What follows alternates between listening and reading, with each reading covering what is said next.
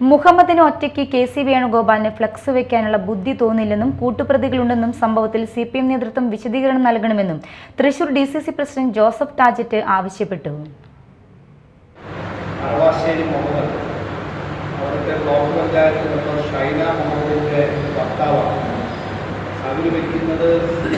എല്ലാ മാധ്യമങ്ങളും ഇന്ന് റിപ്പോർട്ട് ചെയ്തിട്ടുള്ളതാണ്.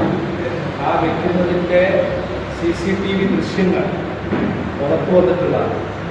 ഈ കാര്യത്തെക്കുറിച്ച് ഞങ്ങൾക്ക് പറയാനുള്ളത്, പാതിരാത്രിക്ക് ബോർഡ് വെച്ചത് കൊണ്ട് 102ന്റെ ശോഭമെടുത്താനോ ബഹുമാനനായ ഉമ്മൻചാണ്ടി സാറിന്റെ ദീപ്തസ്മരണ ഇല്ലാതാക്കാനോ സാധിക്കില്ലായിരുന്നു.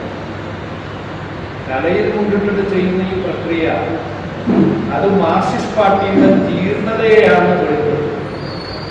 എന്നാൽ നല്ലവരായ CPMകാർ ബോർഡ് വെച്ചിട്ടുണ്ട്. അത് തെരഞ്ഞെടുപ്പിന് മുമ്പായിരുന്നു UDFനെ വിജയിപ്പിക്കണമെന്ന് ആവശ്യം.